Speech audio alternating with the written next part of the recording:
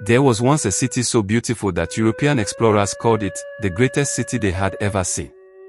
A city with streets so wide, walls so high, and art so divine, they could not believe Africans built it. That city was Benin, the heart of one of Africa's most advanced civilizations.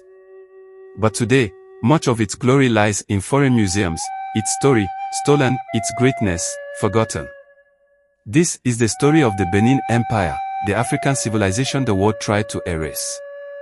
Long before Europe discovered the concept of democracy. Before skyscrapers rose in London or Paris. The people of Benin had built an organized kingdom in the deep forest of what is now southern Nigeria. It began as a small group of villages, united under powerful leaders known as Ojisos, kings of the sky. Their descendants would transform Benin into an empire of order, creativity, and astonishing wealth. By the 11th century, the throne passed to a new dynasty, the line of Obas. And from that moment, Benin was no longer just a kingdom. It was a power, a symbol of African intelligence, art, and sovereignty. Benin City was no ordinary city. It was one of the first in the world to have planned street layouts, with long, straight avenues that amazed every traveler who entered. Its massive walls stretched 4 times longer than the Great Wall of China, built entirely by hand, a network of atom fortifications so grand, they can still be seen from space. Inside, bronze casters molded history into metal.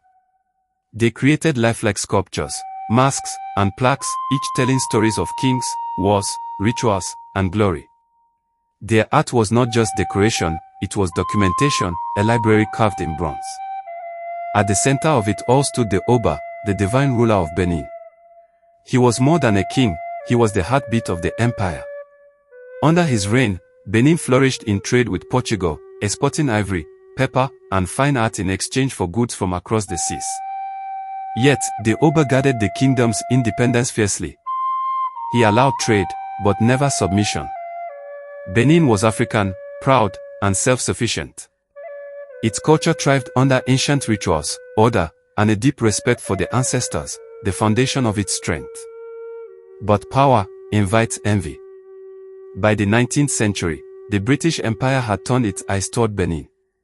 They came under the flag of trade, but behind their polite smiles, they sought domination. In 1897, after a misunderstanding and conflict at the Benin border, Britain found its excuse. They launched what they called a punitive expedition.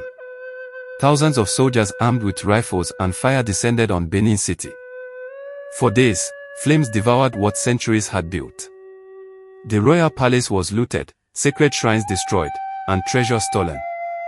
Thousands of Benin bronzes, priceless records of a civilization, were shipped away to Europe. The empire that had stood proud for hundreds of years was silenced in smoke and ashes. Yet even in ruin, Benin's spirit refused to die. Its art, its memory, its dignity, all survived. Today, the stolen bronzes sit in museums in London, Berlin, and New York, silent witnesses of a crime the world still tries to justify. But each piece whispers the same truth. We were once great. We are still great. The Obas descendants still reign in modern Benin City, symbols of continuity and resistance. And across Africa, artists, historians, and young dreamers are reclaiming the legacy. Benin is not gone, it is reborn in every African who remembers. The world tried to erase Benin's story, but it could not erase its soul. Because no empire built on blood and greed can ever silence the truth of a people who built beauty, order, and greatness from their own hands. The Benin Empire was not a myth. It was a miracle of Africa, a reminder that our ancestors were architects, scientists, artists, and kings. So the next time someone tells you Africa had no history before colonialism, tell them about Benin, the city that Europe burned, but Africa remembers.